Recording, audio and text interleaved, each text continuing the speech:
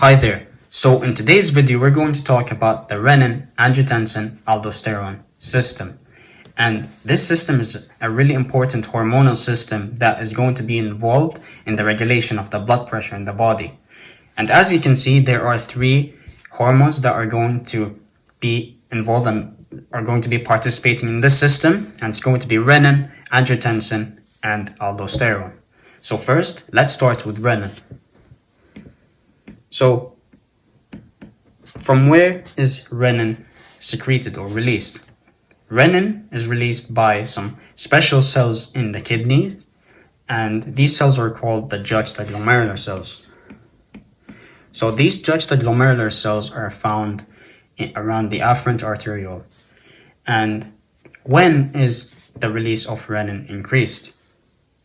So the release of renin is increased when the blood pressure is going to be low and when the blood volume is going to be low as well. So when the blood pressure is going to be low and low blood volume. So when the blood pressure and the blood volume are low, what is going to happen to the glomerular filtration rate or the GFR? The GFR is going to be low. And this means that when the blood is filtered and the filtrate enters the proximal convoluted tubule, most of the sodium is going to be reabsorbed. And there's going to be only little sodium that's going to be left in the filtrate. And this means that there's going to be low amounts of sodium that's going to be found in the distal tubule. And in the distal tubule, there are going to be special type of cells that are going to sense the concentration of sodium in the distal tubule, and these cells are called the macula densa cells. So when there's going to be low amounts of sodium in the distal tubule, what is going to happen is that these macula densa cells are going to sense the low amounts of sodium, and they're going to send signals to the juxtaglomerular cells in the arterioles, and they're going to tell them to increase the release of renin in order for renin to increase the blood pressure, in order to correct the blood pressure, in order for it to correct the blood volume. And we're going to see how renin does that in a bit. So the first thing is that the release of renin is going to increase when there's going to be low blood volume and when there's going to be low blood pressure. The release of renin is also going to be released when there's going to be increased sympathetic nervous system activity. When noradrenaline is released by the sympathetic nerves, noradrenaline is going to go and bind to the beta-1 receptors on the juxtaglomerular cells. And in response to this, the juxtaglomerular cells are going to release renin. Okay, so number one, renin is released by low blood pressure and blood volume, and in response to increased sympathetic nervous system activity via binding of noradrenaline to the beta-1 adrenergic receptors.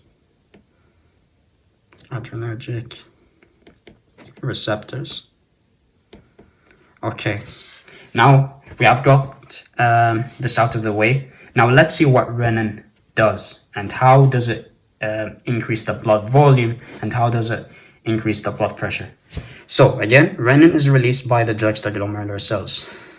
Okay, so what renin does is that renin is going to go to the liver, and in the liver, the liver is going to release various kinds of plasma proteins, and one of them is going to be angiotensinogen. And renin is going to go and act on angiotensinogen, and it's going to break it down into angiotensin 1.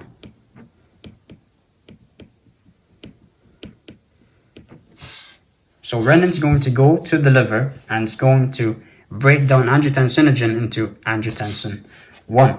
And then angiotensin 1 is going to go to the lungs, and when it goes to the lungs, a special enzyme called angiotensin converting enzyme is going to convert angiotensin 1 into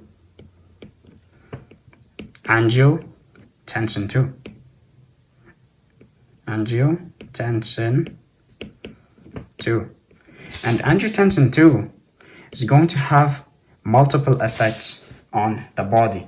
But first, let's recap what renin does first. So renin, again, it goes to the liver and acts on angiotensinogen, and it's going to break it down into angiotensin 1.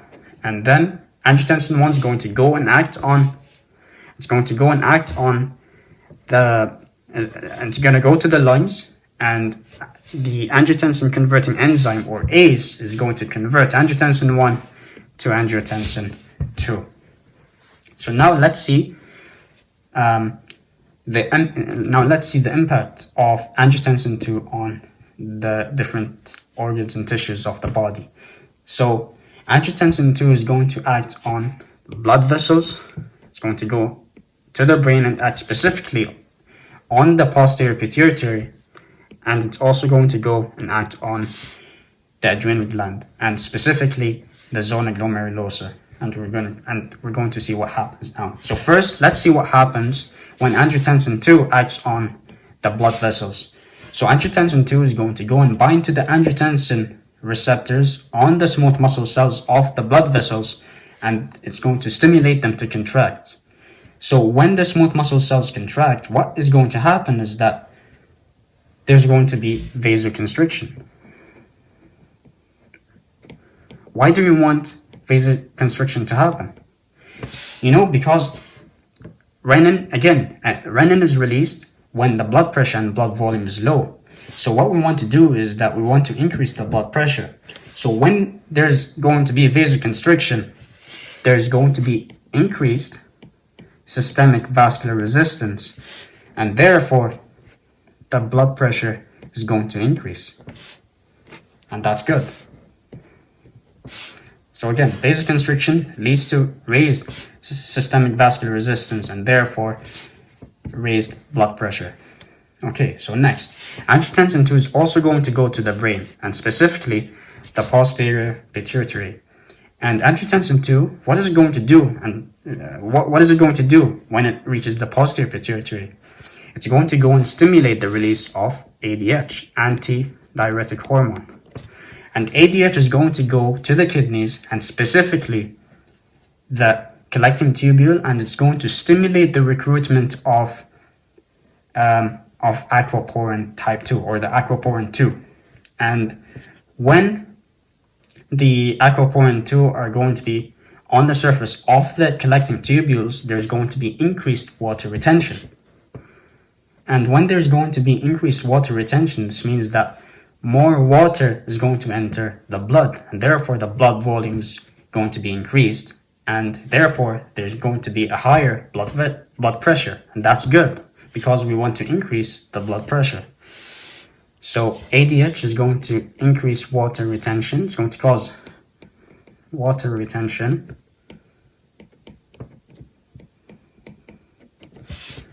and this is going to increase the blood volume and the BP. And lastly, angiotensin 2 is going to go and act on the adrenal gland, and specifically the zona glomerulosa layer of the adrenal cortex. When angiotensin 2 acts on the cells of the zona glomerulosa, it's going to stimulate the release of aldosterone.